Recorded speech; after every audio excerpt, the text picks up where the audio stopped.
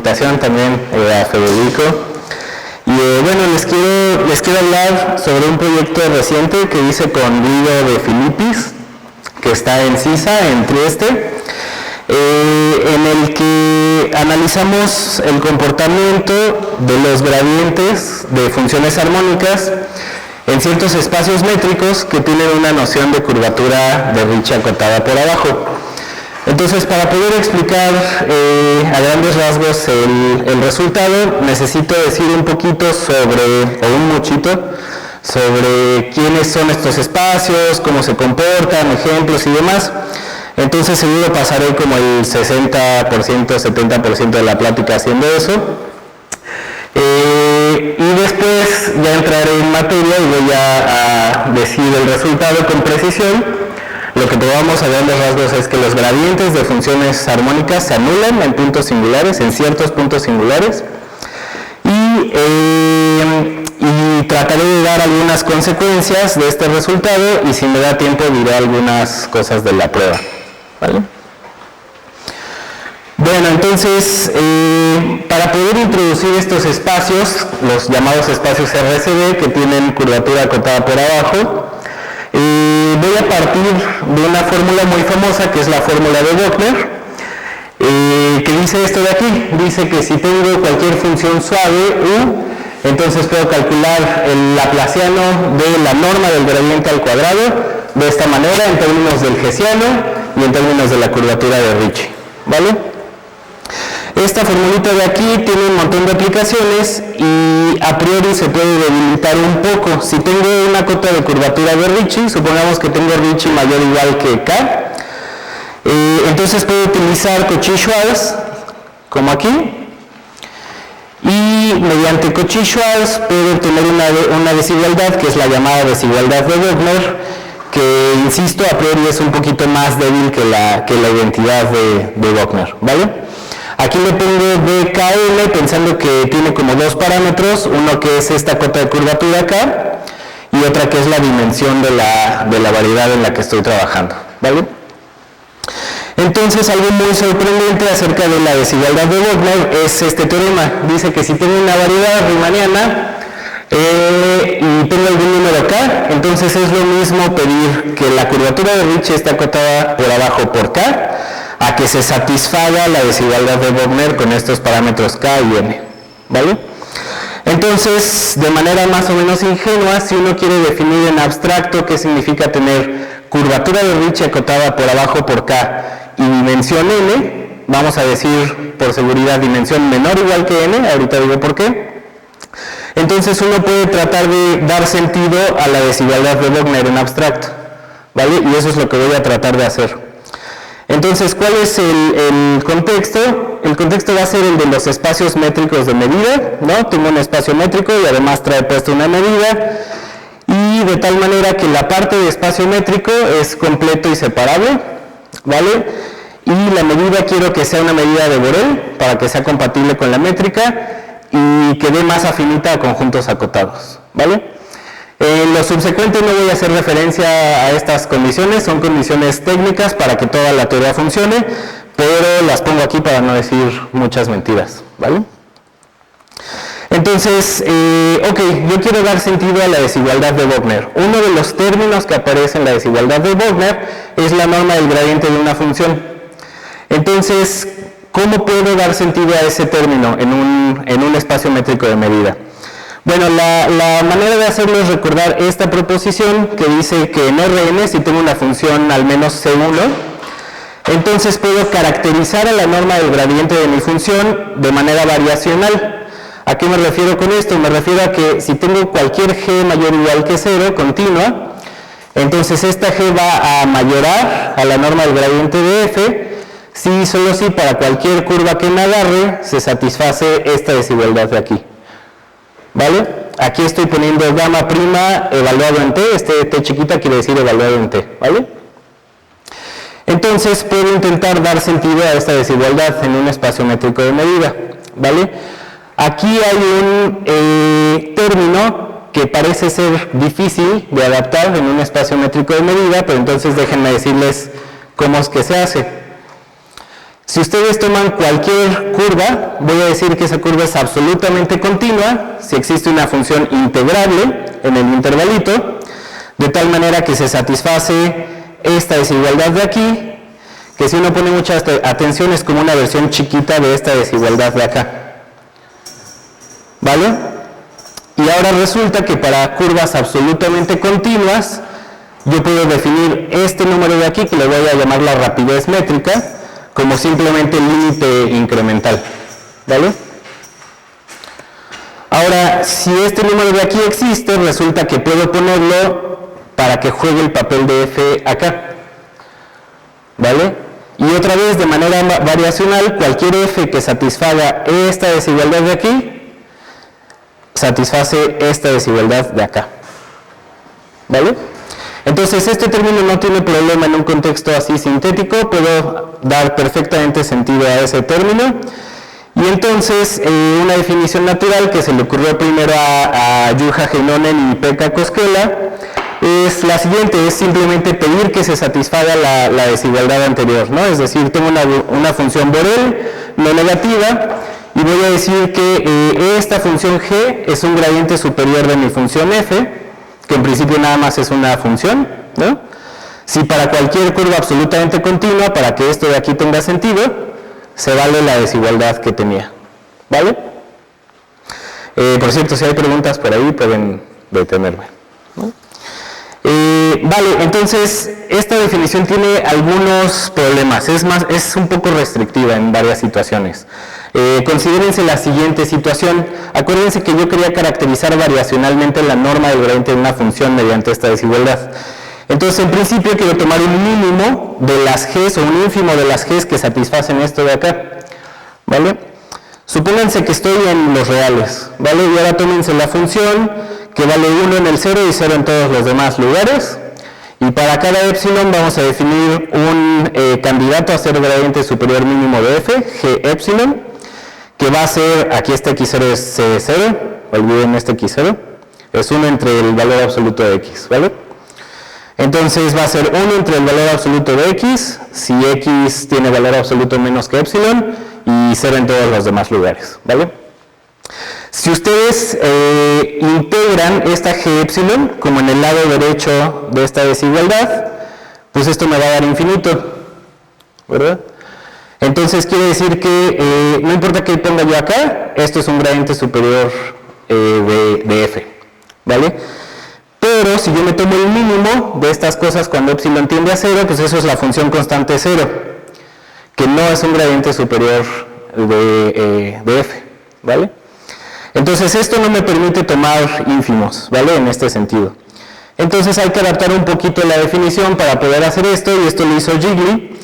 Y además le vamos a pedir un poquito más de regularidad a la función g, ¿no? Vamos a pedirle que sea L2, y voy a decir que esta g es un gradiente superior débil si se satisface esta desigualdad, pero nada más quiero que se satisfaga para casi todas las curvas absolutamente continuas, ¿vale? Ahora, alguien que estudie medida aquí me podría decir, bueno, pero ¿qué te refieres con casi todas las curvas absolutamente continuas? ¿Respecto a qué medida? ¿Vale? Entonces, aquí lo que estoy diciendo es, ok, quiero que se valga esto en una forma integrada respecto a una medida de probabilidad que está en las curvas del espacio. Y a esta medida de probabilidad le voy a pedir un par de cositas técnicas, ¿vale? Le voy a pedir una condición en la medida. Le voy a pedir que si yo me tomo la función evaluación, déjenme decirles quién es esa función evaluación. Entonces, ET va de las curvas del espacio en el espacio, ¿no? Y entonces si yo le pongo una curva, lo que me regresa es la curva evaluada en ese puntito, ¿vale? Si yo me tomo el push forward de la medida esta de probabilidad en las curvas respecto a esta función evaluación, lo que quiero es que esta sea absolutamente continua respecto a la medida que ya trae mi espacio, pero un poquito más, que sea menor o igual que una constante por esa medida, ¿vale? La razón de pedir esta condición, no voy a hacer mucho hincapié, pero es la siguiente. Mi medida está concentrada en cierta clase de curvas y no quiero que se concentren esas curvas en un punto, ¿vale? Noten que si pasara esto, entonces esto sería una delta, ¿vale? Que no va a ser absolutamente continua respecto a esto de acá. ¿Sí? Y una condición métrica, que es esta de aquí abajito, y esta condición métrica lo que asegura es que mi medida pi va a estar concentrada en curvas absolutamente continuas del espacio, ¿vale? Bueno, entonces a este tipo de medidas se les llama planes de prueba, y entonces, repito, recapitulando, una función L2 se va a llamar un gradiente superior débil de f si se vale la desigualdad que tenía, pero en una manera integrada, ¿vale? Entonces, déjenme definir un par de conceptos para decirles que esto en verdad funciona para hacer sentido de la norma del gradiente de una función. Definen la clase de Sobolev S2, este 2 viene de que estoy considerando las cosas en L2, como el conjunto de funciones de tal manera que tiene al menos un gradiente superior débil, ¿vale? Entonces resulta que si yo me tomo una función en la clase de Sobolev, entonces el conjunto de todos sus gradientes superiores débiles es un convexo cerrado de L2. Y ahora L2 es un espacio de Hilbert y es un resultado clásico que cualquier conjunto de este estilo tiene un mínimo en la norma L2. Entonces puedo tomarme ese mínimo y eso es lo que voy a llamar en abstracto la norma del gradiente de una función, ¿vale? Le voy a llamar el gradiente superior débil mínimo. Entonces, por supuesto, les tengo que decir que en el caso suave o en el caso usual esto funciona. Si ustedes se toman una función que está en la clase de Sobolev, aquí debería ser Rn. En la clase de Sobolev de Rn, intersección con L2 en Rn, entonces esa es una función Sobolev 1,2 de las clásicas, digamos, ¿vale? Y además, cuando ustedes sacan el gradiente superior débil mínimo, eso coincide con la norma de la derivada distribucional, ¿vale? Entonces esto tiene sentido, al menos en Rn, y esto me motiva a una definición de espacio de Sobolev W12 en abstracto. Voy a decir que mi espacio de Sobolev W12 pues es la clase de Sobolev intersección L2, ¿vale? Y le pueden poner la norma usual, ¿no? La norma L2 de la función más la norma L2 del gradiente, y esto les da un espacio de Banach, ¿vale? Ahora, ¿cómo puedo definir otro término que aparecía en la desigualdad de Wagner? Era el producto punto del gradiente de ciertas funciones, ¿vale? Un enfoque sería tratar de primero definir el gradiente de una función y después tratar de definir qué es el producto punto, ¿vale? No lo voy a hacer así porque es bastante más complicado, más bien voy a definir este objeto en abstracto, ¿vale? Este como operador en funciones. Y entonces la manera de hacerlo pues es ya muy sencilla, ya es por polarización. Si yo tengo definido la norma del gradiente de algo, pues hago esta formulita de polarización y eso me da una noción así en abstracto de este objeto, ¿vale? Ahora la cosa es que este objeto en general no es el infinito bilineal, necesito una condición. Entonces esta condición que Gigli le llamó que el espacio sea infinitesimalmente hilbertiano es que el espacio de Sobolev 1,2 sea Hilbert. Si tengo esta condición, entonces este producto punto en abstracto sí va a ser bilineal, ¿vale? Entonces tengo ya definidos varios de los términos de la desigualdad de Wagner, me falta definir un laplaciano para poder dar sentido a lo demás. Entonces, ¿cómo lo puedo definir? Bueno, si ya tengo definido la norma del gradiente de una función, puedo aplicar un enfoque distribucional y definir, digamos, integrando por partes el laplaciano, ¿vale? Entonces, ¿qué voy a decir? Voy a decir que para una función Sobolev, esa función va a estar en el dominio del laplaciano. Si pasa que, si cuando comparo con todas las otras funciones Sobolev, entonces existe una función en L2 que satisface la igualdad de integración por partes, ¿vale? En ese caso, pues voy a decir que esta H es el laplaciano de F, ¿vale? Ok, entonces les recuerdo la desigualdad de Wagner. Noten que ya tenemos todos los ingredientes para definirla, ¿no? Ya tenemos laplacianos, ya tenemos esto de acá, etcétera, ¿vale? Ahora, pero hay un pequeño problema que es que todos los objetos que definimos están definidos salvo medida cero. Entonces, pues no podemos decir, que se valga la desigualdad de Wagner así, porque pues todo está salvo medida cero, igual no se vale en algún puntito. Entonces, otra vez voy a necesitar una forma integrada de la desigualdad de Wagner. ¿Qué estoy haciendo aquí? Tomo mi función que tiene su laplaciano y el laplaciano es Sobolev. ¿vale? Para que tenga sentido, por ejemplo, tomar este término de aquí o este término de acá. Y comparo con funciones prueba muy bonitas, funciones prueba que tengan laplaciano, que sean acotadas, que sean positivas y que su laplaciano sea acotado también. Si multiplican una de estas funciones aquí en la desigualdad y luego integran, pues les va a quedar esto de acá, ¿vale? A esto le voy a llamar la desigualdad de Wagner débil, ¿vale? Con parámetros K y N. Ahora noten un pequeño detalle que es sutil, pero es muy útil y muy padre, es que para yo decir que se vale la desigualdad de Wagner, en realidad no necesito, por ejemplo, aquí que n sea entero, como pasaba en las variedades. Puedo decir que se valga con n igual a raíz de 3pi, ¿no? No sé si eso es entero, pero entonces, por ejemplo, eso es una ventaja de esta definición, ¿vale? Y entonces ahora sí ya tengo todos los ingredientes para decir cuándo un espacio métrico de medida tiene curvatura de Ricci acotada por abajo, ¿vale? Esta es una definición que se debe a Ambrosio Gigli y Savary, muy reciente, del 2012, y dice lo siguiente: tómense un número K en los reales y un número positivo, ¿vale? Insisto, no necesariamente entero. Entonces voy a decir que X es un espacio RCD KN, y esto quiere decir Riemannian Curvature Dimension, que es una condición riemanniana de curvatura y dimensión, ¿no? KN. Si pasa lo siguiente, si primero pues la medida da masa finita a conjuntos acotados, que es algo que pedí desde el principio. Segundo, que X sea infinitesimalmente hilbertiano. Les recuerdo que esto quiere decir que el espacio de Sobolev 1, 2 sea Hilbert. Tercero, que se satisfaga la desigualdad de Wagner, ¿no? Que es lo que había dicho en abstracto que quería que se valiera. Y voy a pedir una condición más que se llama la propiedad Sobolev-Lipschitz.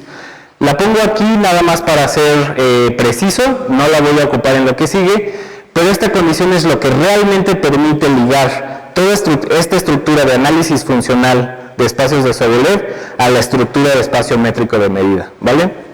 Nada más la leo por completez, que es cualquier función Sobolev que tenga gradiente superior mínimo menor o igual que 1, quiero que tenga además un representante Lipschitz, ¿vale? Vale, entonces déjenme darles algunos ejemplitos de estos espacios, ¿no? Entonces, por supuesto, las variedades riemannianas son ejemplos, las variedades riemannianas con curvatura de Ricci mayor o igual que K. Necesito que sean completas, ¿no? Para que el espacio métrico asociado sea completo. Pero además tengo un montón de cosas más. Si ustedes se toman límites de estas variedades, si ustedes tienen una sucesión de variedades con curvatura uniformemente acotada por abajo, y dimensión acotada por arriba, uniformemente también, entonces se pueden tomar límites de estas variedades en la topología de Gromov-Hausdorff, y en lo que resulta también es un espacio RCD, ¿vale?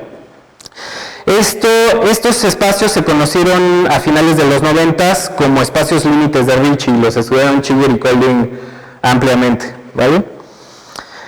Entonces la clase de espacios RCD contiene a esto, contiene además a los llamados espacios de Alexandrov de curvatura seccional acotada por abajo. Estos espacios de Alexandrov son ciertos espacios métricos, no necesariamente variedades, que tienen curvatura ahora en un modo seccional acotada por abajo, ¿vale? Este hecho lo probó Petrunin en el caso de curvatura no negativa y Zhang y Xu en el caso general, ¿vale? Y entonces aquí hay un caso así muy concreto de cómo pueden darse cuenta que la clase de espacios RCD tiene muchas cosas más que variedades. Resulta que se vale tomar conos con la métrica euclidiana y suspensiones esféricas de estos espacios. Entonces piensen por ejemplo tómense por ejemplo un proyectivo RP2 con la métrica redonda. Entonces este tiene sec constante 1 y pues, en particular tiene Ricci mayor o igual que 1, ¿no? Entonces me puedo tomar el cono de este espacio, que se va a ver en un dibujito así, donde aquí en la sección tengo RP2, ¿no? Y ahora noten que aquí en el vértice ninguna vecindad se ve localmente euclidiana, ¿no? Esto seguro no es una variedad, ¿va? Este hecho lo probó Christian Ketterer, es un paper muy duro. Y luego también tengo cocientes de acciones de grupos de Lie que actúen por isometrías y preservando la medida del espacio, ¿vale? Entonces, con estas herramientas puedo construir un montón de ejemplos de espacios RCD que no son variedades, ¿vale? Déjenme darles un ejemplo patológico de qué tan horribles pueden llegar a ser los espacios RCD. Vamos a hacer lo siguiente, tómense un tetraedro en R3 y este tetraedro con la métrica inducida de R3 va a tener curvatura de Ricci mayor o igual que 1, ¿vale? En este sentido generalizado. Ahora, a cada cara de este tetraedro háganle subdivisión baricéntrica y unan con los vértices y saquen un poquito el baricentro, ¿vale? Hagan eso en cada cara, por ejemplo aquí le hice en esta cara, este es el baricentro, lo saco un poquito y uno con los vértices, ¿vale? Ahora háganle también subdivisión baricéntrica a las caras de dimensión 1 menos. Aquí está el baricentro, ¿no? Uno con los vértices y uno con el baricentro que ya tenía. Y así sucesivamente, ¿vale? Esto me va a volver a dar un poliedro que va a ser convexo y va a tener curvatura de Ricci mayor o igual que 1 también, mayor o igual que 0, perdón, también. Entonces continúen este proceso, ¿vale? A lo que convergen, topológicamente es una esfera, pero métricamente este tiene un conjunto de puntos denso en el que las geodésicas son cada vez más chiquitas en cada paso, ¿cierto? Pueden ir con geodésicas minimizantes en cada paso más cortitas, ¿vale? ¿Sí se ve el ejemplo? ¿Sí? Entonces el límite de esta sucesión de espacios se va a hacer un espacio RCD 0n que tiene una métrica que tiene radio de inyectividad 0 en un denso, ¿vale? Así de feos pueden ser los espacios RCD.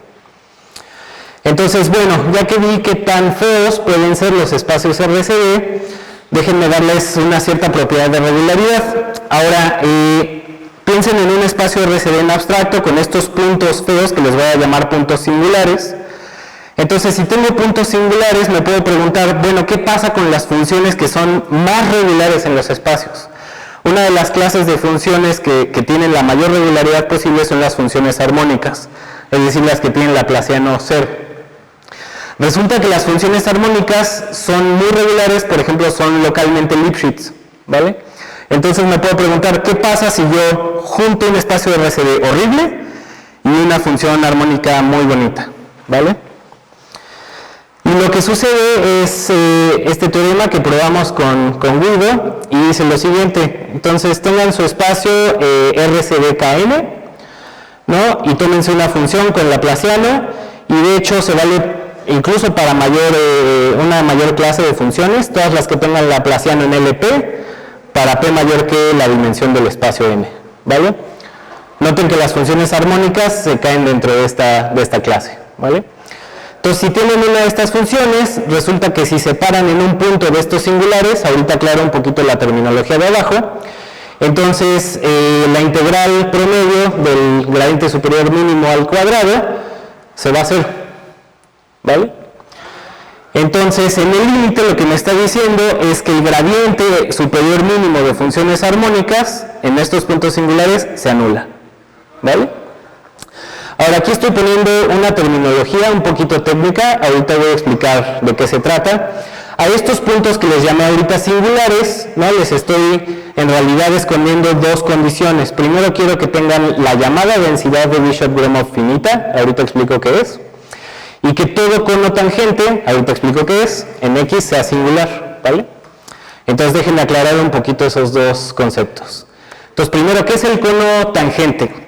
Cuando se paran en un punto y en una variedad, digamos, hacen un blow-up, agarran vecindades de ese punto y las empiezan a rescalar por, digamos, 1 entre R con R que se va a 0, lo que ven en realidad en el límite es el plano tangente en la variedad.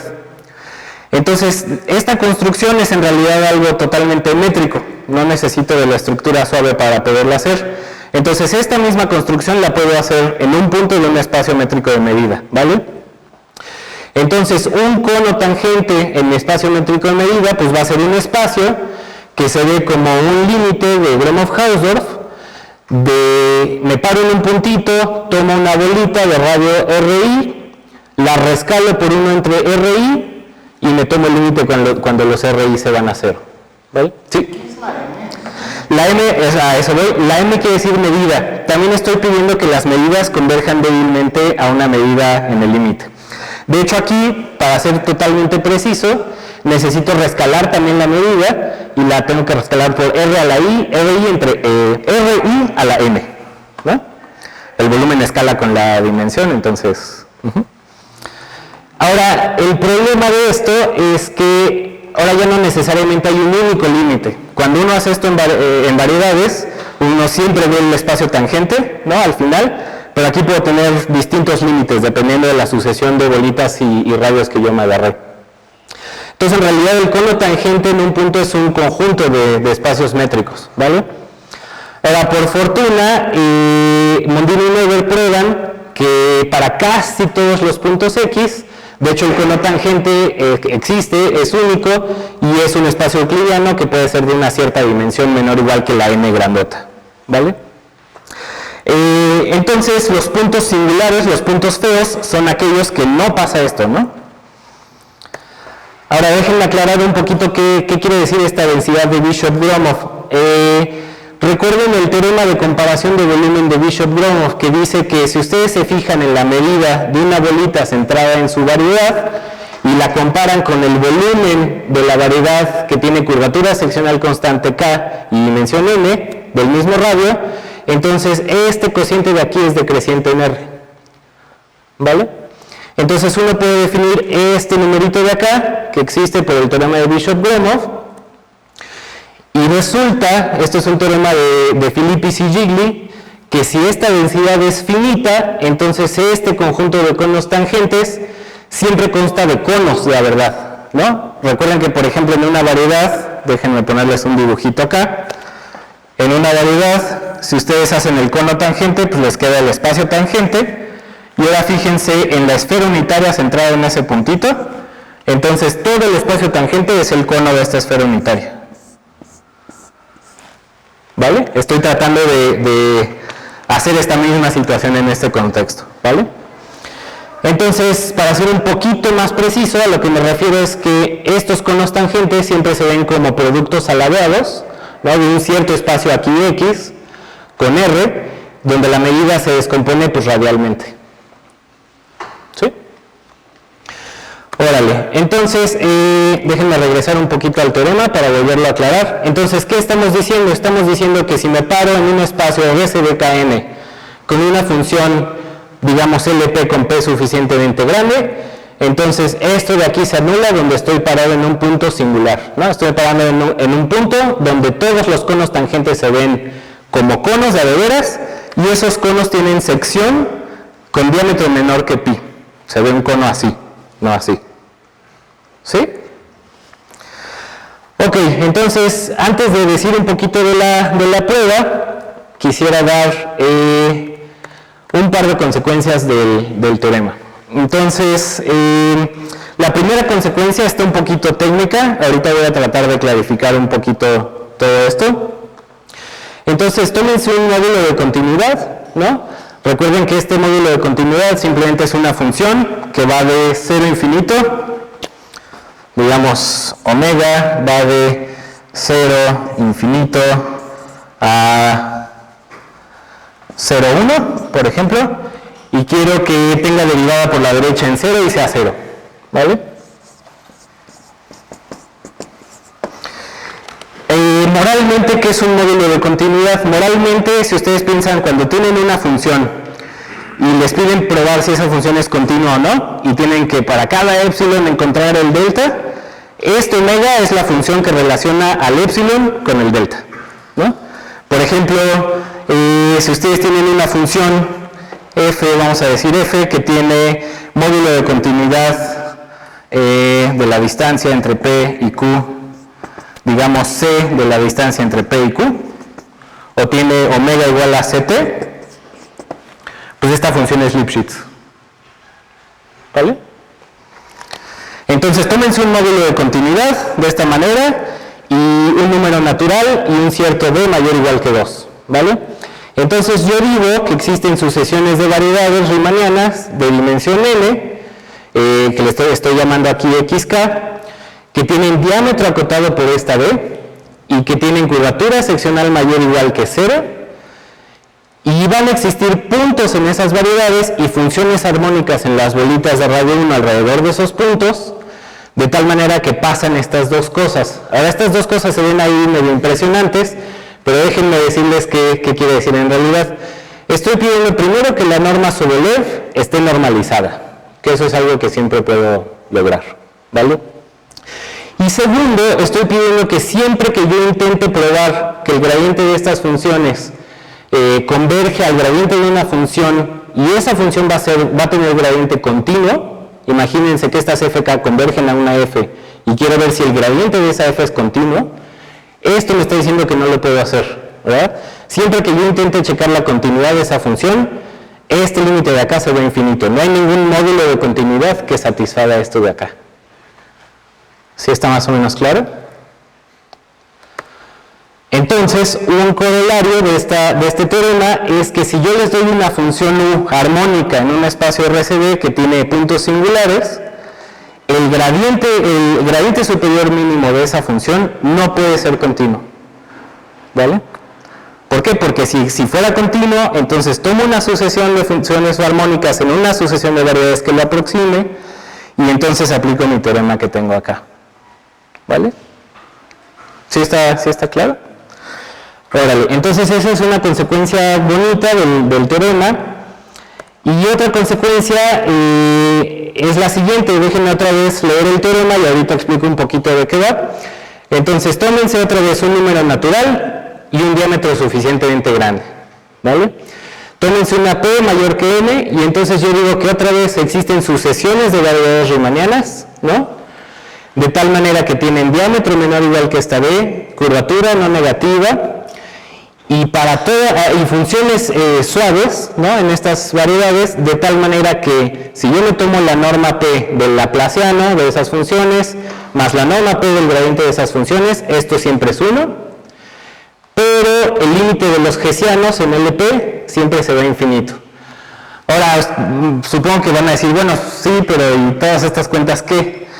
Ok, esto de aquí tiene que ver con una desigualdad muy famosa que se llama la desigualdad de Calderón-Zygmunt. La desigualdad de Calderón-Zygmunt lo que hace es controlar la norma del hessiano con las normas del laplaciano y del gradiente. Ustedes pueden notar que esto es algo bastante especial, ¿no? Cuando puedes controlar una derivada más con algo de orden menor, ¿no? Entonces esto no pasa siempre, no es gratis, y es algo bastante especial con muchas aplicaciones. Entonces, ¿qué estamos diciendo aquí en este teorema? Estamos diciendo, no puedes tener una desigualdad de Calderón-Zygmunt con P mayor que N, que nada más dependa la constante que tienen aquí de la curvatura seccional y de la cota del diámetro. ¿Por qué? Porque si pasara, si tuvieran una desigualdad de este estilo, entonces otra vez tómense su espacio RCD-KN, ¿no? Déjenme ponerlo aquí como en diagrama, un espacio así horrible con muchísimos puntos singulares, ¿no? Y ahora tómense una sucesión de variedades que lo aproxime, ¿no? Aquí sus variedades ya bonitas, ¿no? Y entonces tómense funciones de la que tienen acá, que aproximen una función acá y funciones que aproximen acá, ¿vale? Si se vale Calderón-Zygmunt acá, ¿no? Entonces este teorema me dice que estoy violando esto de acá, ¿vale? Bueno, entonces este teorema tiene un par de aplicaciones de este estilo, a desigualdades funcionales. Y entonces ahora sí déjenme decirles un poquito de cómo va la prueba.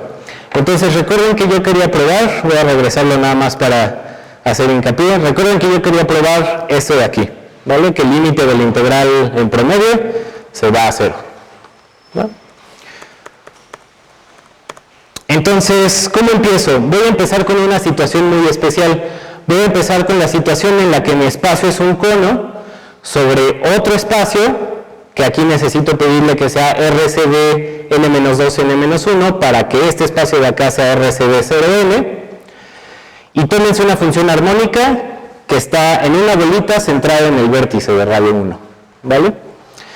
Ahora resulta que en esta situación muy especial, y porque estoy parado en un cono, ustedes pueden escribir a esta función armónica De la siguiente manera, se puede escribir como una serie donde los términos contienen aquí a phi i. Esta phi i es una eigenfunción, son las eigenfunciones de x, del laplaciano en x.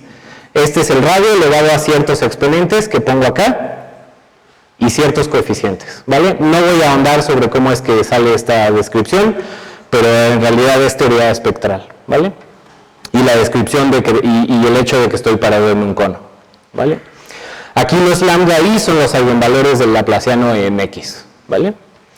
Entonces, si tengo esta manera tan especial de mi función, entonces puedo calcular la integral en una bolita con centro en el vértice del cono de la norma del gradiente superior mínimo, ¿vale?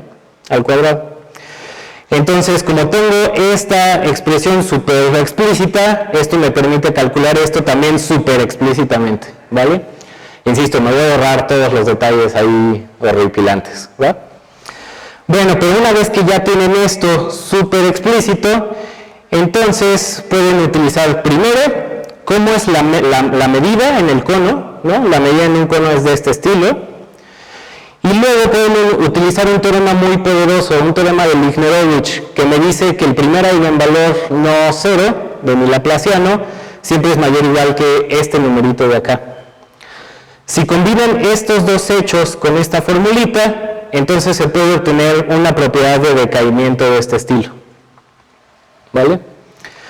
Ahora, esto de aquí, insisto, lo tengo en una situación muy especial, que es cuando estoy parado en un cono, de un espacio que tiene diámetro menor que pi, ¿vale? ¿Cómo hago la situación en general? Entonces, déjenme repetir la formulita aquí, y primero déjenme notar lo siguiente: si tengo diámetro menor que pi, digamos tengo diámetro menor o igual que pi menos epsilon para alguna epsilon acá, entonces resulta que los eigenvalores son continuos respecto a convergencia Gromov-Hausdorff. Entonces esto de aquí me permite decir que para el lambda 1 no solo es mayor o igual que n-1, como dice el teorema de Lichnerovich, sino que además es mayor o igual que n-1 más algo positivo, ¿vale? Si se acuerdan de estos coeficientes alfa i que estaban en términos de n y de los eigenvalores, esto me va a permitir decir que el alfa 1 es mayor o igual que 1 más un cierto delta positivo, ¿va? Con eso puedo escribir esta propiedad de decaimiento muy en general así, ¿no? Cada vez que yo quiero calcular esta integral en la bola de radio R, esto me saca un término con el radio a algo muy chiquito, elevado a algo muy chiquito, por la integral en la bolita de radio 1. ¿Vale? Entonces la intención es utilizar esta situación especial para probar la situación en general. Intuitivamente, cada vez que yo tengo un espacio RCD, como les había dicho, y tengo un puntito aquí, puedo hacer un blow up y lo que voy a ver es un cono en donde ya tengo mi situación particular, ¿vale? Entonces déjenme aclarar eso un poquito más. Yo digo que cada vez que tengo un RCD KN y tengo un puntito de estos horribles que decía, con densidad finita y conos tangentes singulares, siempre puedo encontrar un estimado de la siguiente forma. Cada vez que yo calculo esta integral en la bolita de radio R entre 2, esto lo puedo acotar con 1 menos delta, para algún delta chiquito, por esto en la bolita de radio R, más una constante que depende de un montón de cosas, un radio suficientemente grande, pero menor que 1, ¿no? Y la integral del laplaciano, ¿vale? No voy a hacer los detalles, insisto, pero la idea de este estimado es la siguiente. La idea es que si no se valora una desigualdad de este estilo, entonces otra vez yo puedo encontrar un blow up y una sucesión de funciones que convergen en una función armónica en el cono tangente, y esa función armónica violaría este estimado de acá, si no se vale esto de acá, ¿vale? De hecho, aquí se puede ver que si la función es armónica, pues este término desaparece, ¿no? ¿Sí? Vale, entonces tengo este estimado de este estilo. Nada más recuerden que es la bola de radio R medios, la bola de radio R y algo con el laplaciano acá, ¿no? Bueno, entonces ahora, por otra parte, vamos a hacerlo por otro lado. Si yo quiero calcular cuánto es la integral de la norma del laplaciano, pues Helder me dice que lo puedo acotar así en términos de la norma P, ¿no? Y después Bishop-Gromov, que es este de aquí, y el hecho de que tengo I en LP, ¿no? me dicen que esto es menor o igual que una cierta constante por un radio, y aquí tengo que sacar un radio al cuadrado. Insisto, las cuentas explícitas no son muy importantes, sino la forma del estimado, ¿vale? Entonces tengo esto de aquí, y ahora puedo combinar esto con mi estimado que hice hace ratito, ¿no? El estimado de la diapositiva anterior me va a decir que si yo quiero calcular la integral de esta norma del gradiente al cuadrado en la bolita de radio R medios, eso lo puedo acotar con el de la bolita de radio R por un cierto delta aquí chiquito, ¿no? Más una constante por el radio de este estilo, ¿vale?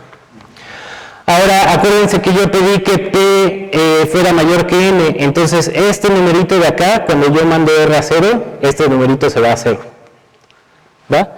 Entonces, iterando esta desigualdad, lo que obtengo ya es que el límite superior de estas integrales se va a 0, ¿va?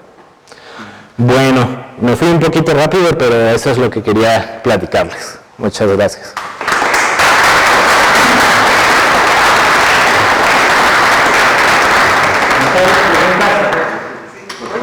Ajá. Dos preguntas. Sí. Una, la primera es, ya que construiste los Sobole, ¿tienes encajes de Sobole para Sí. espacios con cantidades? Sí, todo eso tienes. Sí. Lo tienes local si es RCD KM con K negativo, y global si es curvatura no negativa. Ok, o sea, puedes ponerte a resolver ecuaciones diferenciales ahí. Sí. Y otra, ¿puedes poner tantito tu teorema? Sí.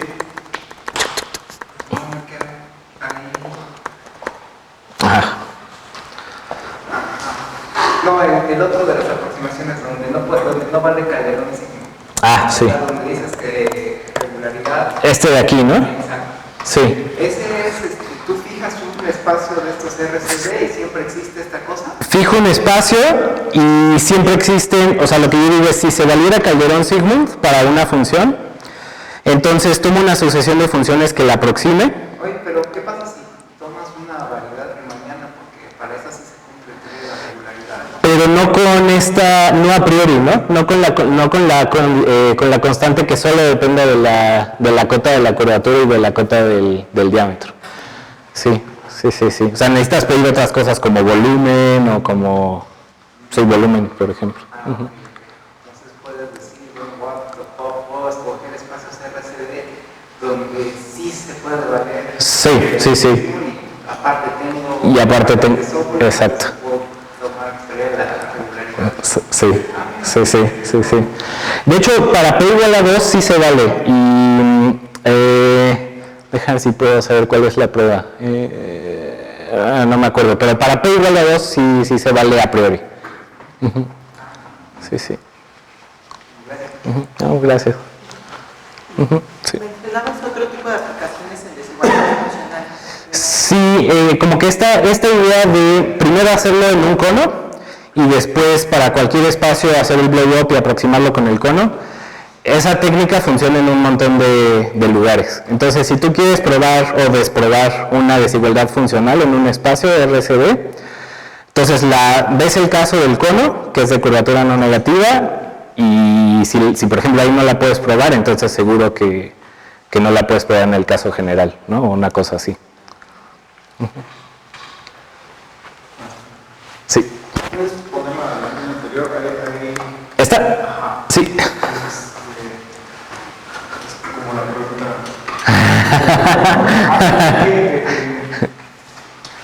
¿En qué circunstancias ves que no puede ser continua?